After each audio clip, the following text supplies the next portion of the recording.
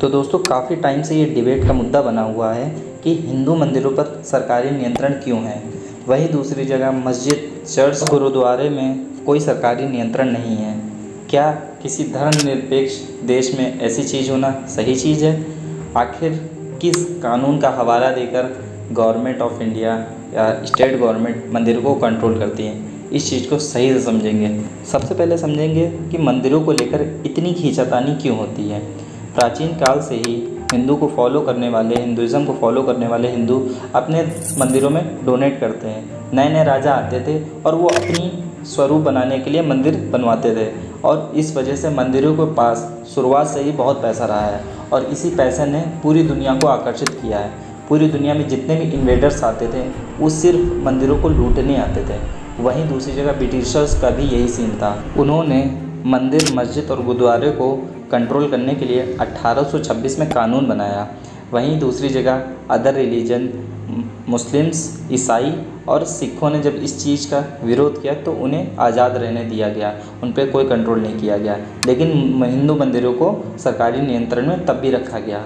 1947 में जब हमारा देश आज़ाद हुआ तब 1951 में हिंदू चैरिटेबल एक्ट बनाया गया और 1959 में तमिलनाडु गवर्नमेंट ने इसी एक्ट का हवाला देकर 35,000 मंदिरों को अपने कंट्रोल में रख लिया और सेम अदर स्टेट्स ने सेम कानून बनाया और 5 लाख मंदिरों को अपने कंट्रोल में रख लिया।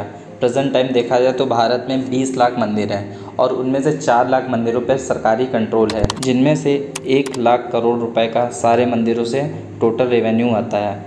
अब उसमें 15 से 20% गवर्नमेंट उस पर मंदिरों पर खर्च करती है और बाकी पैसा अपने सरकारी खजाने में रख लेती है। हिंदू लोग इतना दान पुण्य इसलिए करते हैं क्योंकि उनके मंदिर में किसी प्रकार की कमी ना हो और उनका धर्म आगे बढ़ सके। और दूसरी जगह बार बार शिकायतें आती रहती हैं कि मंदिरों में पुजारियों की कमी है और मंदिर में लाइब्रेरी की कमी है और जो पुराने मंदिर पड़े हैं उनको ना गवर्नमेंट बनवाती है और ना ही उनका रख रखाव करती है।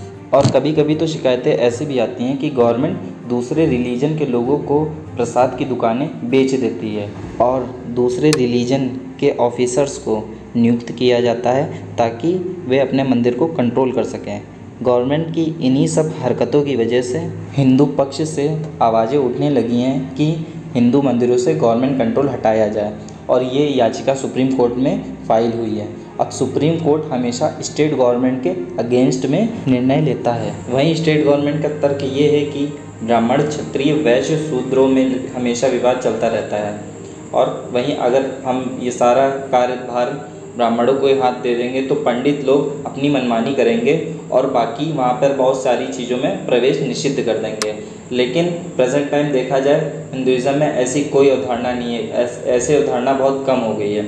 और सिवाय एक मंदिर के, सबरीमाला मंदिर के बारे में आप जान लीजिए कि उस मंदिर में प्रवेश करने के लिए ब्रह्मचारी होना ज़रूरी है और ब्रह्मचारी कोई भी हो सकता है, चाहे औरत हो चाहे पुरुष हो। वहीं गवर्नमेंट का कहना है कि अभी भी कुछ जगह पर डिस्क्रिमिनेशन देखने को मिलता है और तर्क ये भी है कि हिंदू मंदिरों में ज़्यादातर भीड़ उमड़ पड़ती है, भक्तों का एक भारी सैलाब आ जाता है और कभी कभी भीड़ अनकंट्रोल हो जाती है। तो गवर्नमेंट का कहना है कि हम मंदिरों की देखरेख अच्छे से कर सकते हैं, अब वहाँ पे उमड़ी भीड़ और रख रखाव काफ़ी अच्छे से कर सकते हैं। एक तर्क ये है और संविधान के तर्क से ये है कि आर्टिकल 25 सब क्लॉज 2 का और खा का खंड का हवाला देकर संवैधानिक रूप से इसे सही करार देती है। लेकिन किसी सेक्युलर देश में ऐसी चीज़ करना सही नहीं है। हिंदुइज़्म भारत का सबसे पुराना रिलीजन तो है ही और दुनिया का भी सबसे पुराना रिलीजन माना जाता है और मेजॉरिटी में होने के कारण इसका मतलब ये नहीं होता कि उनके हकों से उनके वंचित किया जाए। लेकिन कुछ गवर्नमेंट ने अपना नियंत्रण हटाना शुरू कर दिया है। तो इससे पहले जब कर्नाटक में बीजेपी की सरकार थी तब बीजेपी ने मंदिरों से कंट्रोल हटा दिया था और वहीं इसी होड़ में एमपी की सरकार ने भी अभी घोषणा की है कि वो अपना मंदिर से कंट्रोल हटा रही है। बाकी सरकारों ने किसी भी प्रकार की घोषणा नहीं की है, लेकिन जिस तरह माहौल बन रहा है हमें जल्दी ही देखने को मिलेगा कि भारत की अन्य राज्य भी अपना कंट्रोल मंदिरों से हटा लेंगे।